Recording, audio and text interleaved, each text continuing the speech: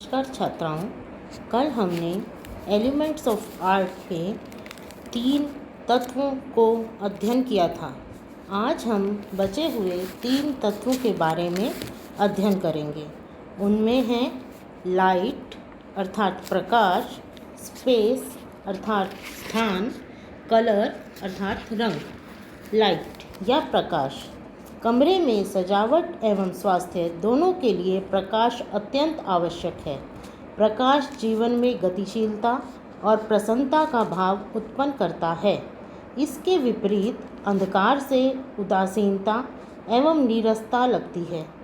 कमरे में कुछ कार्य करने के लिए बिना आँखों पर जोर डाले कार्य करने के लिए प्रकाश की आवश्यकता होती है।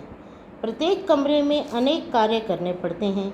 इसी कारण कार्य के अनुसार ही प्रकाश की व्यवस्था होनी चाहिए। प्रकाश एवं उसकी प्रतिछाया का चतुरता से प्रयोग करके प्रकाश में एवं अंधेरा बनाकर कई प्रकार के भाव उत्पन्न किए जा सकते हैं। उदाहरण के लिए भोजन कक्ष में प्रकाश कम, मध्यम एवं मृदु रहने से वातावरण मोहक लगता है। अतः प्रकाश कमरे में सौंदर्यवर्धन करता है तथा मनोभावों को भी परिवर्तित करता है। प्रकाश के द्वारा किसी सज्जा विशेष पर ध्यान आकर्षित किया जा सकता है। उगते सूरज की दिशा में जो कमरे हैं उनमें प्रकाश कम समय के लिए रहता है और सूर्य की गर्मी भी सुबह के समय अधिक नहीं होती है। अतः ये कमरे ठंडे और कम प्रकाश वाले रहते हैं। ऐसे कमरों में कृत्रिम प्रकाश चाहे ट्यूब अथवा बल्ब का दोनों का समायोजन इस प्रकार होना चाहिए कि कार्य क्षेत्र में पूर्ण प्रकाश की व्यवस्था हो सके। अन्यथा ये कमरे प्रकाश की कमी के कारण अंधकार में एवं छोटे आकार के प्रतीत होंगे। कमरे का वातावरण भी उदासीन और नीरस रहेगा।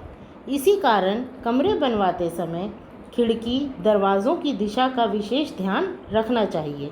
कमरे की साज सज्जा और प्रकाश व्यवस्था से भी इस त्रुटि को सुधारा जा सकता है। इसके विपरीत ढलते सूरज की ओर पड़ने वाले कमरे अधिक गर्म और अधिक प्रकाशमय होते हैं।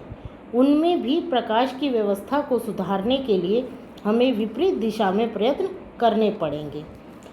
दूसरा कला का तत्व है स्पेस यानी स्थान। गृह सज्जा में स्थान की विशेष भूमिका होती है। खुला या रिक्त स्थान कमरे में शांत एवं प्रशंसा का भाव उत्पन्न करता है।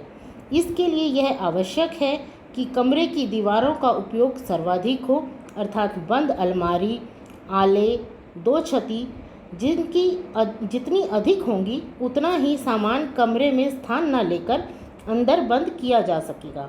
साथ ही कमरे में कम से कम फर्नीचर रखना चाहिए। ऐसा करने से रिक्त स्थान पर्याप्त होगा और कमरे में आने जाने की स्वतंत्रता बनी रहेगी। साथ ही कमरे की सज्जा में भी भव्यता आएगी और सज्जा कैसी भी की जाए सुंदर दिखाई देती है। केन की लकड़ी, बेंत, प्लास्टिक, धातु आदि के फर्नीचर देखने में हल्के होते हैं जिनसे कमरा रिक्त प्रतीत होता है। गद्देदार फर्नीचर ज़्यादा स्थान लेते हैं और देखने में भारी होते हैं और ये कमरे को छोटा बना देते हैं। कांच या दर्पण का प्रयोग विपरीत दीवारों पर कर हम स्थान की वृद्धि कर सकते हैं। बरामदा, गैलरी, बालकनी, सीढ़ी आदि कमरे के साथ बनाकर भी स्थान में वृद्धि की जा सकती है। हमारे कला का तीसरा तत्व है कलर अर्थात रंग। रंगों का मानव जीवन में से घनिष्ठ संबंध है। प्रत्येक वस्तु को सुंदर देखने के लिए व्यक्ति रंगों का समायोजन करता है और प्रसन्नता का अनुभव करता है। घर को सजाने में रंगों के चुनाव का, समय की परिस्थिति का, वातावरण, आकार, रूप और उसका उपयोग देखकर ही करना पड़ता है। रंगों का प्रयोग व्यक्तिगत रुचि और संस्कृति पर निर्भर करता है। रंगों का प्रयोग करना एक कला है और जिसे हमें सोच विचार कर करना चाहिए। रंगों का मुख्य स्रोत प्रकाश होते हैं। रंग मुख्यतः 3 प्रकार के होते हैं: प्राथमिक रंग, द्वितीय रंग, तृतीय रंग। प्राथमिक रंग वे होते हैं जिन्हें हम बना नहीं सकते, अर्थात वे प्राकृतिक अवस्था में ही पाए जाते हैं। और ये हैं लाल, पीला एवं नीला। रंगों के समान मात्रा में मेल से जो रंग बनते हैं उन्हें द्वितीय रंग कहते हैं, अर्थात एक भाग लाल में एक भाग पीले रंग का मिला देने पर नारंगी बनता है। इसी तरह एक भाग नीले में एक भाग पीला मिला देने पर हरा रंग बन जाता है। तीसरा द्वितीय रंग लाल और नीला रंग की बराबर मात्रा मिला देने पर तीसरा द्वितीय रंग प्राप्त होता है। इसी तरह आसपास की बराबर सी मात्रा में मिला देने से माध्यमिक रंग और फिर तृतीय रंग और फिर चतुर्थ श्रेणी के रंग प्राप्त होते हैं।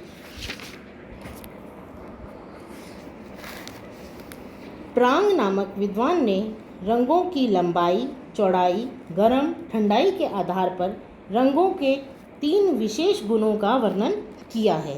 प्रथम ह्यू अर्थात रंग का नाम। यह बहुत महत्व रखता है। यह रंग योजना में बहुत ही महत्वपूर्ण भूमिका अदा करता है। दूसरा गुण है मूल्य रंग के हल्केपन या गहरेपन से संबंध रखता है। तीसरा गुण है तीव्रता या क्रोमा। यह रंग की चमक अथवा धुंधलेपन को समझाता है या झलकाता है। तीव्र रंग शुद्धता अधिक होती है और ध्यान को अधिक आकर्षित करते हैं। इन गुणों के आधार पर हम रंग योजनाएं तैयार करते हैं। रंग योजनाओं के बारे में हम अगली कक्षा में ध्यान से पढ़ेंगे। धन्यवाद।